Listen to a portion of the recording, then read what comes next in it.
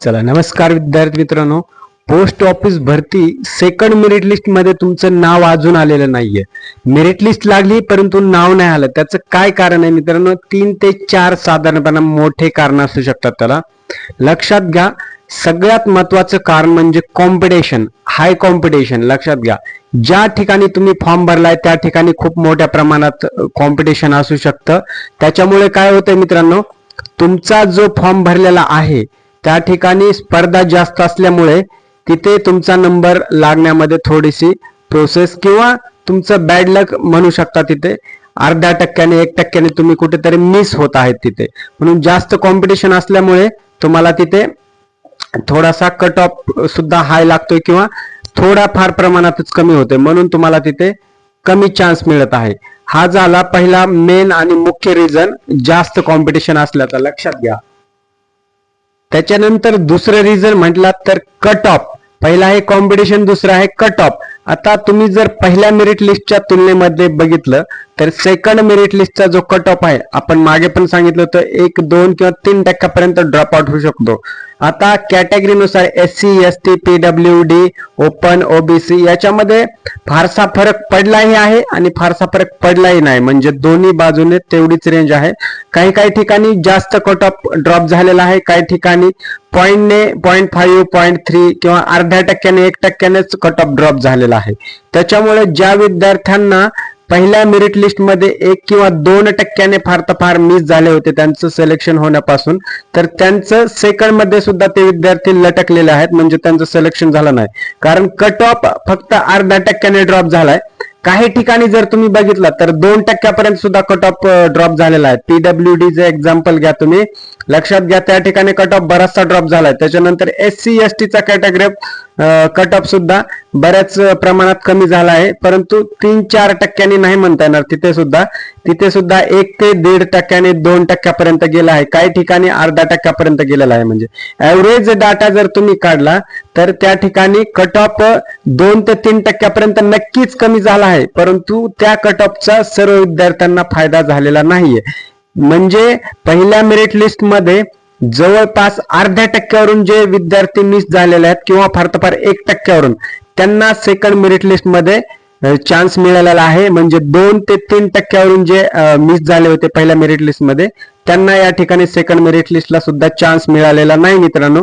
म्हणून त्यांनी घाबरायचं नाही मित्रांनो. तुमचा जशी जशी मेरिट लिस्ट लागेल पुढची, तसं तसं तुमचा कट ऑफ नक्कीच ड्रॉप होईल. जरी फर्स्ट आणि सेकंड मेरिट लिस्टला तुमचं सिलेक्शन झालं नाही तरी येणाऱ्या पुढील लिस्टमध्ये तुम्हाला 100% चान्सेस असणार आहेत मित्रांनो. कारण कट ऑफ जरी सेकंड लिस्टला थोडासा कमी झाला असेल तर इथून पुढच्या लिस्टला नक्कीच 101% जास्त प्रमाणात कट ऑफ कमी होत असतो मित्रांनो. याच्या अगोदर सुद्धा GDS ला ऍव्हरेज महाराष्ट्र सर्कलला 4 ते 5 लिस्ट लागल्या होत्या. त्या शेवटच्या लिस्ट आणि पहिल्या मेरिट लिस्टची जर कंपॅरिझन केली तर तुमच्या कट ऑफ मध्ये जमीन आसमानाचा फरक होता. सगळ्या कॅटेगरीमध्ये ओपन, SC, OBC, PWD जेवढ्या आपल्या कॅटेगरी असाल तेवढ्यामध्ये सर्वांनाच खूप मोठा कट ऑफचा फरक पडलेला होता. म्हणून जरी सेकंडला तुमचं सिलेक्शन मिस झालं असेल अर्ध्या टक्क्याहून 1%, हे बघा, ज्यांचं अर्ध्या टक्क्याहून पहिल्या मेरिट लिस्टला जे आउट झाले होते तेच आता सेकंड मेरिट लिस्टला त्यांचं सिलेक्शन झालेलं आहे. परंतु जे 1 ते 2% किंवा फार तर फार 3% मायनस झाले होते, म्हणजे बॅकफुटवर आले होते, त्यांचं सेकंड मेरिट लिस्टला चान्स मिळाला नाही. परंतु त्यांचं शेवटच्या लिस्ट पर्यंत नक्कीच चान्स मिळण्याची त्यांना स्ट्रॉंग दाट शक्यता आहे. म्हणून त्यांनी सर्वांनी सर्व लिस्ट चेक करत राहायचे आहेत मित्रांनो. तिसरा महत्वाचा मुद्दा आहे तुमचं कॅटेगरी. तुम्ही जर ओपन कॅटेगरी असाल, SC, ST, OBC, PWD, लक्षात घ्या, कॅटेगरीचा रिझर्वेशनचा सुद्धा इथे तुम्हाला फायदा पडलेला आहे, फरक जाणवलेला आहे. आता जे विद्यार्थी मागील मेरिट लिस्टला समजा ओपनचा कट ऑफ 97 पर्यंत गेलेला होता, तर त्याच्या अगेन्स्ट मित्रांनो सेकंड मेरिट लिस्टला 85 वाले सुद्धा सिलेक्ट झालेत, परंतु तिथे ओपनचे नाही तर ते कॅटेगरी मधले. आता तुमची SC आणि ST कॅटेगरी असेल तर काही ठिकाणी 90 ठिकाणी सुद्धा गेलेला आहे. त्याच ठिकाणी काही ठिकाणी लक्षात घ्या 85-87 पर्यंत गेलेला आहे. म्हणजे 97, 96, 95 वाला सुद्धा रिजेक्ट झाला आहे सेकंड मेरिट लिस्ट मध्ये आणि 85, 87, 88 वाला सुद्धा सिलेक्ट झालेला आहे. म्हणजे याचा अर्थ काय, तुमची जी कॅटेगरी आहे ते सुद्धा खूप डिपेंड आहे. तुम्ही ओपन कॅटेगरी मध्ये असाल तर 95 प्लस वाल्यांना सेकंडला चान्स मिळणार होता 93 to 95 पर्यंत वाल्याला. परंतु तेच जर तुम्ही जे विद्यार्थी कॅटेगरी मध्ये असतील त्यांना तिथे कॅटेगरीचा भरपूर फायदा झालेला आहे. म्हणजे ओपन आणि एससी किंवा एसटी यांची कंपॅरिझन जर केली तर जमीन आसमानाचा फरक आहे त्या ठिकाणी.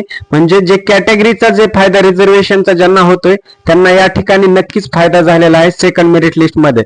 म्हणून तुम्ही जर कॅटेगरी मध्ये असाल तर तुमचा त्या ठिकाणी फायदा सेकंड मेरिट लिस्टला झालेला आहे. आणि जे विद्यार्थी ओपन मध्ये असतील त्यांचा या ठिकाणी जास्त मार्क असून सुद्धा थोड्या प्रमाणात त्यांना इथे सुद्धा बॅकफुटवर यावं लागले आहे. त्याच्यामुळे जरी 1-2 टक्क्यांनी मिस झाला असाल तरी सेकंड च्या नंतर थर्ड मेरिट लिस्ट ही नक्कीच येणार आहे. त्या थर्ड मेरिट लिस्टला तुम्ही सर्व लिस्ट मध्ये पूर्ण व्यवस्थित नाव चेक करून घ्यायचं आहे. त्याच्यामुळे कॅटेगरी जरी तुमची SC ST OBC PWD किंवा ओपन जरी असेल तरी कॅटेगरीचा फायदाही पडतो आणि फायदा पडतही नाही. लक्षात घ्या, शेवटच्या लिस्ट पर्यंत त्याचा एवढा इम्पॅक्ट होत नाही, परंतु त्याचा फायदा सर्वांसाठी एवढा एकच आहे की तुम्ही कुठलीही कॅटेगरी मध्ये असू द्या, शेवटच्या लिस्ट मध्ये तुमचा कट ऑफ जर एकदम ड्रॉप म्हणजे तुमच्या पर्सेंटेज लेवलला झाला तर तुम्हाला कमी मार्क असून सुद्धा त्या ठिकाणी चान्स मिळणार आहे. म्हणून कोणी हताश आणि अजिबात पॅनिक व्हायचं नाही, जेणेकरून तुमचं सगळ्या गोष्टी होईपर्यंत मेरिट लिस्ट मध्ये नाव नक्कीच येईल शेवटच्या लिस्ट पर्यंत. लक्षात घ्या. आता चौथा पॉइंट म्हणजे जो काय आहे, जो की तुमच्या मेरिट लिस्ट मध्ये नाव येण्यापासून रोखवणार आहे, तो लगेच पाहूया मित्रांनो. चौथा तो आहे म्हणजे लोकेशन प्रेफरन्स आणि तुमची पोस्ट सिलेक्शन. लक्षात घ्या, तुम्ही कुठल्या डिव्हिजन मध्ये फॉर्म भरलाय हा सुद्धा खूप मॅटर करतो. सपोज तुम्ही हाय डिमांड किंवा हाय कॉम्पिटिशन असलेल्या डिव्हिजनला जर तुम्ही फॉर्म भरलेला असेल तर त्या ठिकाणी मित्रांनो काय होतं, स्पर्धा खूप जास्त असते आणि तुम्हाला मार्क्स चांगले असले तरी अर्ध्या आणि 1% तुम्ही मिस आउट होत असतात. त्याच्यामुळे तुमचं लोकेशन रुरल मध्ये असेल तर तुम्हाला नक्कीच चान्स मिळाला असता, परंतु काही वेळेस चांगले मार्क्स आणि चांगले पर्सेंटेज असून सुद्धा त्या ठिकाणी तुम्हाला थोडासा कट ऑफ मध्ये मार्क खावा लागतो आणि बाकीच्या सेकंड मेरिट लिस्ट मधून तुम्ही थोड्या मार्कावरून मिस आउट झालात.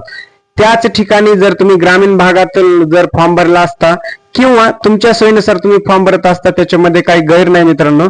ग्रामीण भागातील विद्यार्थ्यांना त्या ठिकाणी थोडासा त्याचा फायदा झाला आहे. डिव्हिजन आणि लोकेशन प्रेफरन्स करताना, निवड करताना ह्या गोष्टीचा नक्कीच त्या ठिकाणी फायदा झालेला आहे मित्रांनो. आता सगळ्यात महत्वाचं आपल्याला पाहायचं आहे, जरी हे 4 ते 5 कारण असली सेकंड मेरिट लिस्ट मध्ये तुमचं नाव नाही आलं तरी अजिबात घाबरायचं नाही, कारण अजून मोठी संधी तुम्हाला चालून येणार आहे. लक्षात घ्या, ती मोठी संधी म्हणजे काय, तुमचं 3रं मेरिट लिस्ट, 4थं मेरिट लिस्ट, 5वं मेरिट लिस्ट यापर्यंत तुमचं येऊ शकतं. लक्षात घ्या, ज्या ठिकाणी तुमच्या सीटच जर भरल्या गेल्या नाही तर त्या ठिकाणी तुम्हाला वारंवार लिस्ट येत राहणार. लक्षात घ्या, जर खूप मोठ्या प्रमाणात व्हॅकन्सी भरायच्या राहिल्या तर 6 लिस्ट पर्यंत सुद्धा जाऊ शकतं, परंतु तशा वेळेस खूपच शक्यता कमी आहे 6 लिस्ट पर्यंत जाण्याची.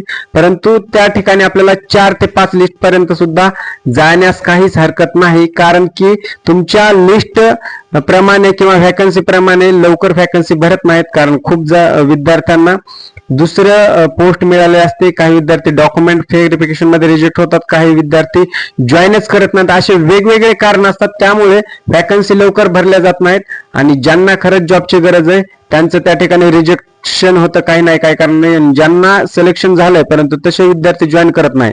म्हणून जास्तीत जास्त मेरिट लिस्ट येण्याची चान्सेस, शक्यता या ठिकाणी नक्कीच आहे मित्रांनो.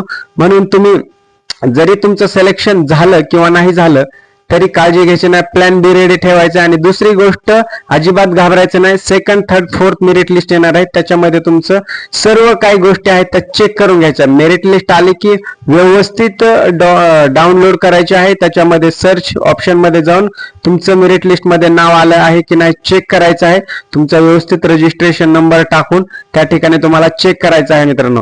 म्हणून घाबरायचं नाही, अजून मेरिट लिस्ट पुढे येणार आहेत, त्यामुळे सर्व गोष्टींची वाट पाहत राहा आणि तुमचं नाव चेक करत राहा मित्रांनो. तुमचे काही डाऊट किंवा प्रश्न असतील तर कमेंट मध्ये नक्की कळवा, त्याचं उत्तर देण्याचा मी नक्की प्रयत्न करेन. इथेच थांबतो, भेटूया नवीन अपडेट सोबत. तोपर्यंत जय हिंद, धन्यवाद, राम राम मित्रांनो.